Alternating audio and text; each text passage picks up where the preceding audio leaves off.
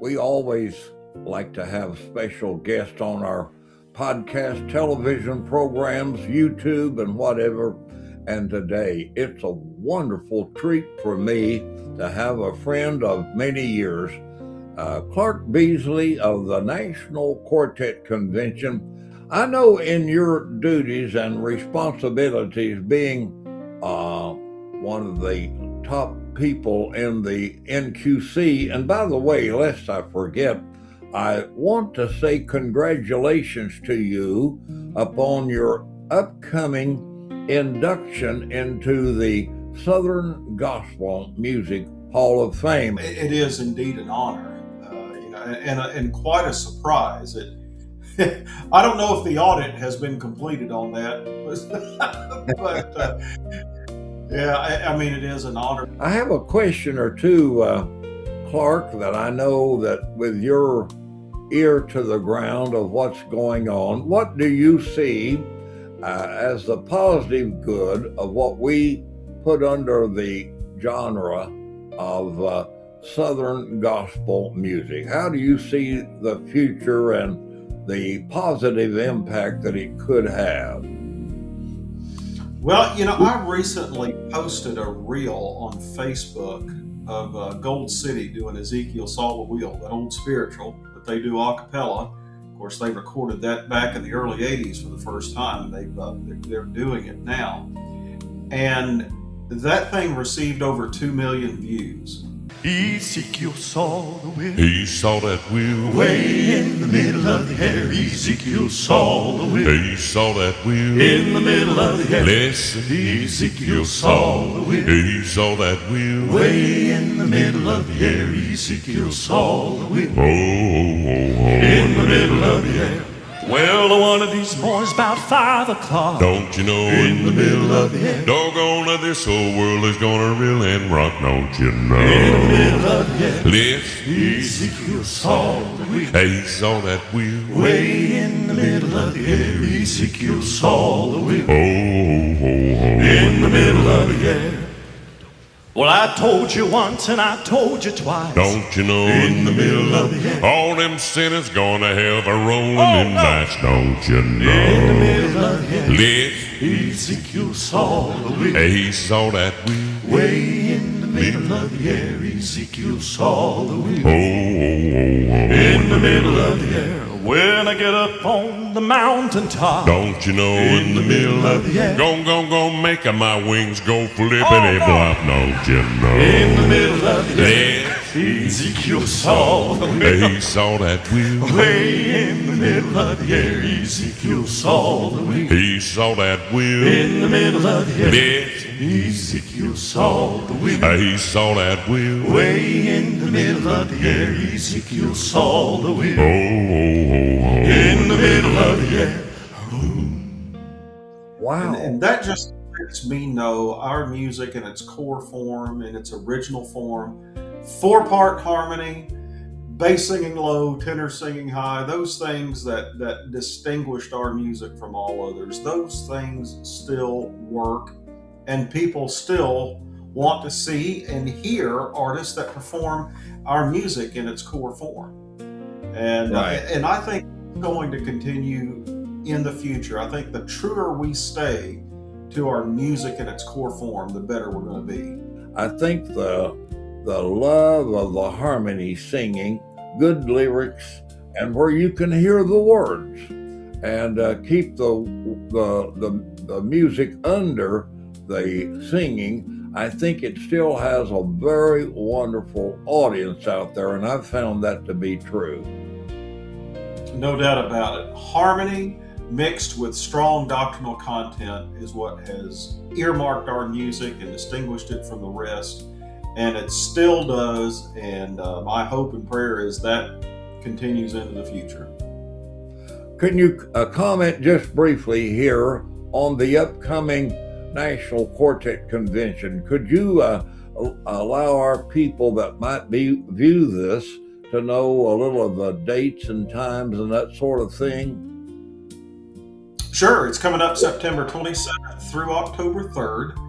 And that's at the LeConte Center in Pigeon Forge, Tennessee. Our website, nqconline.com, That has the complete schedule on there. You can see who's performing when, has our complete daytime and evening schedule there, and also will allow you to see what hotels are offering guaranteed rates to NQC attendees throughout the city. There's many different hotels, many different price points.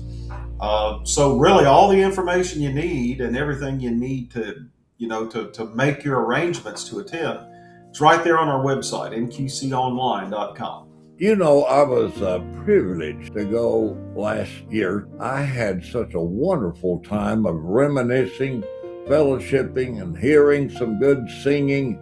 It was very uplifting to me, very inspirational, and just to go and fellowship and have some wonderful, clean gospel singing that can be both entertaining and yet very helpful spiritually and so on. I think it's a wonderful combination, and I certainly want to thank you for the hard work that you and others do to bring it to the people so they can enjoy it also. Well, it was good to see you there last year, and I hope to see you there soon. You know, J.D. Sumner, when he had the idea for the National Quartet Convention, he wanted it to be an annual homecoming for gospel music, you know, where everybody would convene and gather together at one place at one time at one event. And I'm happy to say all these years later, we're still very true to that original vision. Listen, I know you have a busy schedule. I want to be cognizant of that, to be aware, but thank you that you would take some time to share some wonderful moments with us here, and I know that the folks are going to appreciate it. Thank you, Clark Beasley. Oh, it was my pleasure. Thanks again for the invite, Brother Andrew. It was good to talk to you again. Turning Point Ministries presents the National Quartet Convention, returning to a premier vacation destination, Pigeon Forge, Tennessee, and returning to a center stage. Headlining the main stage are Greater Vision, The Hoppers, Mark Trammell Quartet, Jim and Melissa Brady, Triumphant, Ernie Haas and Signature Sound, Collingsworth Family, Tribute, and many others, plus gospel music's largest marketplace. Many spectacular daytime showcases, including the Singing News Fan Awards, the SGMA Hall of Fame induction ceremony, and keynote speakers like Dr. Robert Jeffress and Dr. David Jeremiah. Reserve your seats today. Visit nqconline.com or call 800-846-8499.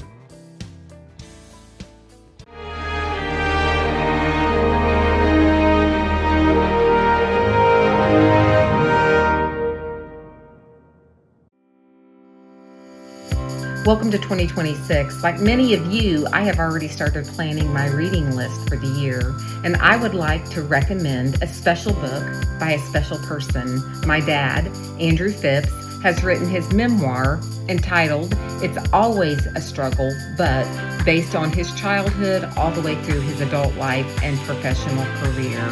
Add this book to your reading list for 2026. It's Always a Struggle, but by Andrew Phipps. If you would like to add It's Always a Struggle But by Andrew Phipps to your 2026 reading list, you can purchase the book directly through the website at Phipps-Faith-Family-Freedom. All proceeds support the important work of faith, family, and freedom that Brother Andrew has championed throughout his life.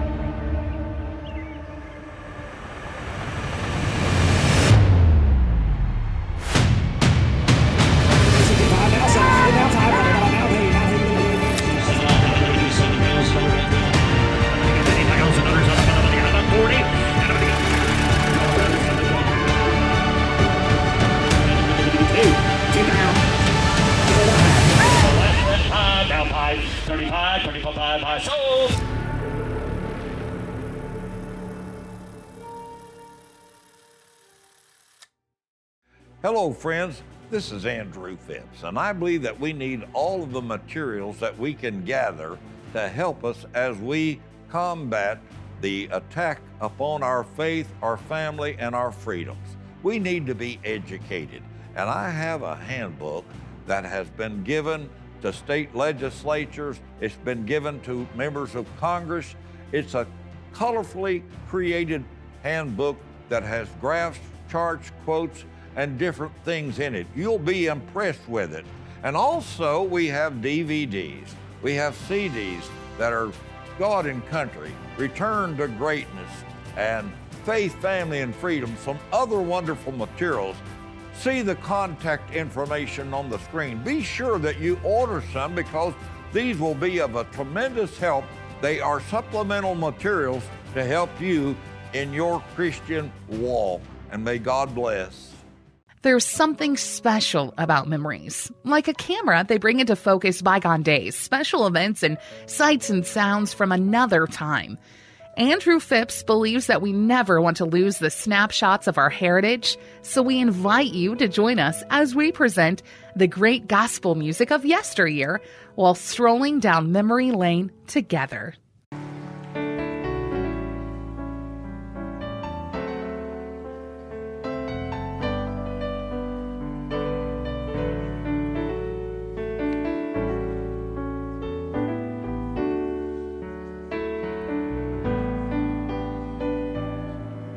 Lord, bless your children who walk in perfection, who manage to master your will.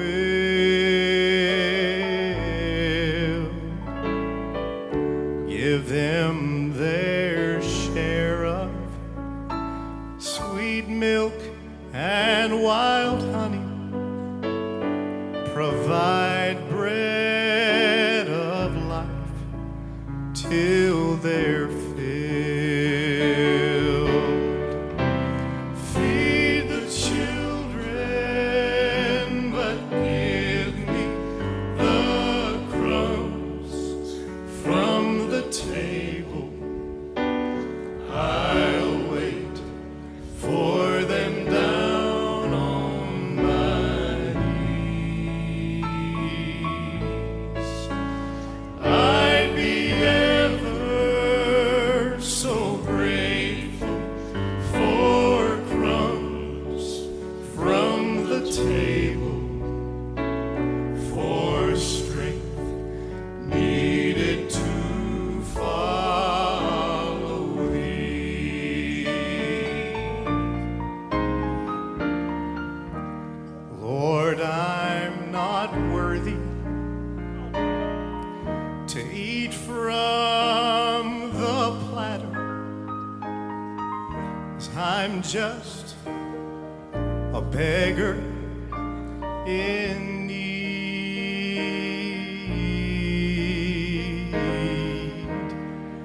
Satisfy others, but when they're all finished, dear Jesus, have mercy on me. Feed the children, but give me the crumbs from the table. I'll wait for them down on my knees. I'd be ever so grateful for crumbs from the table, for strength needed to follow thee. And I'd be ever so grateful for crumbs from the table, for strength needed to follow thee.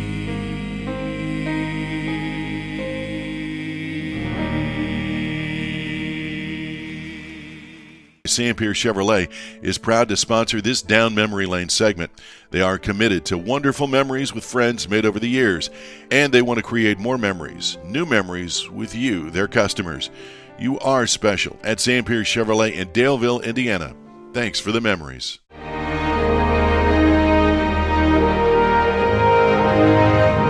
Good to have John Stover with Ohio Values with us today. He is a member of Cleveland Baptist Temple, where our friend Pete Folger is the pastor, and also Douglas Schweitzer is the music person there. And John, it's wonderful to have you with us today. And Brother John, I need to ask you about Ohio Values. Can you condense that for us and more or less tell us what the goals of Ohio Values would be? Well, the organization, Brother Andrew, is Ohio Value Voters, and we've been in existence since 2007. We're primarily an independent political advocacy group based in the Cleveland, Ohio area. We're not affiliated with any political party. We make sure of that, and the core values of being pro-life, traditional marriage, family protection, religious freedom, and just faith-based civic engagement is what we get involved in. We focus on working with legislators on good legislation, and then when the legislation is not so good, we make them aware of that as well. We get involved with endorsing candidates for statewide office, for Congress, for U.S. Senate, for the Ohio General Assembly. We also get involved with some local races as well. But our job is, once again, to deal with family protection. And that is that parents, have the primary responsibility to raise their children, and the state does not. And so we get involved with a number of pieces of legislation.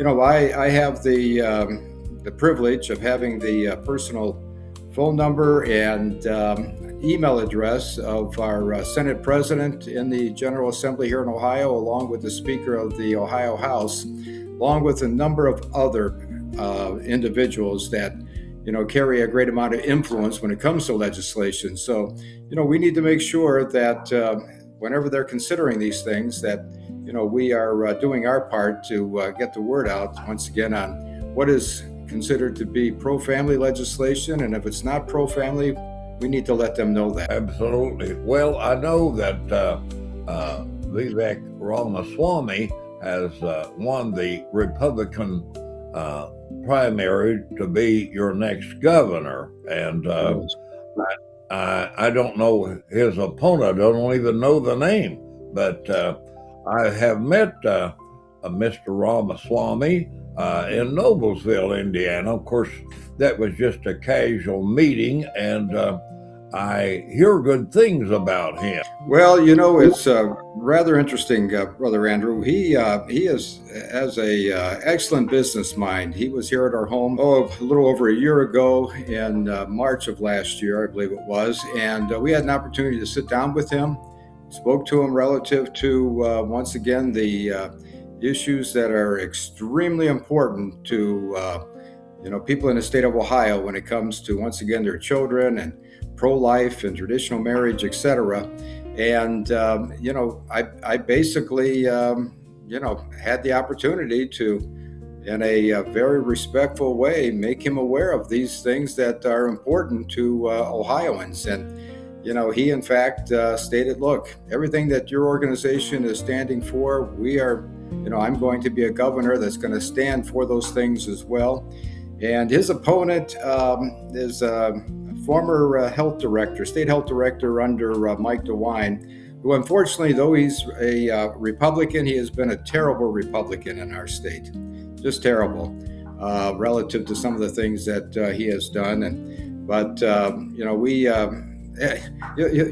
Brother Andrew, let me just say this also. I don't speak to any of the Democrats in the General Assembly. I really don't. And it's unfortunate that, I know President Trump has stated that the Democrats in Washington, they've gone completely nuts. Well, we got some of that Kool-Aid that's being drank or something, whatever you want to refer to it here in Ohio, because the Democrats here in Ohio, I'll give you an example. About 3 years ago, we had a fantastic bill that was introduced by Representative Gary Click, a IFB pastor that is now serving in the General Assembly in the House. House Bill 68, which did two things. It would keep biological men from competing in women's sports, and then it also would keep children from being mutilated because of this gender dysphoria, where a child's being taught that they're being influenced that they were born in the wrong body. Not one single Democrat in the House or Senate voted in favor of that bill. Went to the governor, and the reason I say we've had we've had a Democrat governor that's been serving, masquerading as a Republican. He vetoed it. Fortunately, we had enough votes in the House and Senate to override his veto, so that became law. So, are you referring to Governor Mike DeWine? Mike DeWine, yes. And fortunately, he is going to be out of office at the end of the year. We're looking forward to that. Well, he has served, if my memory recalls it correctly, as a U.S. Senator and Attorney General, and he's been in the political limelight for many, many years. And I didn't know that he was quite that liberal in his ideology. I didn't know that.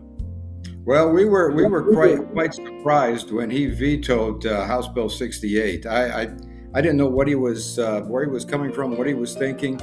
But as Attorney General, he did in fact come down on a number of important pro-family issues that I had a reason to believe and thought that he would be a good governor. One of the first things that he did, his first term, was to sign the bill to protect the unborn, and it was a bill that we had been working on for years. And sure enough, after that, it was all downhill for the governor. We have a important bill that just passed the House, and we're working on it to pass the Senate now. And I'm working with our Senate president, who's a Republican, and we have a supermajority in the Senate. But it's a cabaret bill to keep these men dressed as women from performing in the public in front of children. It's an indoctrination on the left's part regarding that nonsense, and what they're attempting to do is, convince the younger generation that this is normal. There's nothing wrong with a man dressing as a woman. We shut down, Brother Andrew, in the state of Ohio a couple of years ago. It was to be once again, men dressed as women in the library, showing, and they even advertised it, that these men would be showing teenage boys how to put their makeup on and how to dress as a woman and so forth. We put a stop to it because we got the attention of some legislators in Columbus. And so, every time that we put something out in the state of Ohio, we're reaching in the neighborhood of 50 to 55,000 individual screens. And you double that if you got two people in a household, we're reaching, every time we put something out, 100,000. And that's not even taking out a Facebook ad. So, we're one of those organizations in the state of Ohio that people look to when it comes to values in our state. Well, I tell you what, I just am so enthralled, I think that's the word, that with hearing from you and knowing that we still have people that are promoting common sense, a biblical worldview. Somebody told me the other day that only 6% of the population are classified as having a biblical worldview, and it makes all the difference in the world. If you judge everything through the eyes of the Bible, is it right? Is it wrong? Does it line up with the precepts of the Bible? Line upon line, precept upon precept, we can know that we're doing relatively well. But we're facing dark days of dysfunctionalism, and people are depressed, but we still have hope in Christ. And, Amen. And so I know that he'll never leave us nor forsake us. And John Stover, I hope that this will not be your last visit with us, and I look forward to lending whatever support, whether it's in a major or minor capacity, whatever I can do to help you, and know that you're not alone. There are thousands upon thousands of people that are with you in what you are trying to do and correct the evils that we are facing. Yes. Well, let me just state this, if I may, Brother Andrew. Our website that your viewers can go to take a look and obtain a little bit more information on our organization is ohiovaluevoters.org. ohiovaluevoters.org. And we have a vast amount of information there relative to the things that we're working on and candidates that we've endorsed. And, I thank you for your organization and what you're doing as well. The major issue that we have, I believe, when you start looking at that 6% that you're talking about, the biblical worldview, has everything to do with education in our country. You have these educators, so-called quote educators, that are teaching an education that is not historically factual. There is a couple of great documentary type movies that have been put out. The American Miracle is one, and just a fantastic documentary on the founding of our country. And then the second one is The Great Awakening. Very good videos for that we're going to be promoting in the state of Ohio for people to go to on Prime and view. Well, thank you, John Stover, for giving of your time and sharing it with us here today. I appreciate it. Yeah, thank you, Brother Andrew. And God bless you and your organization. Thank you.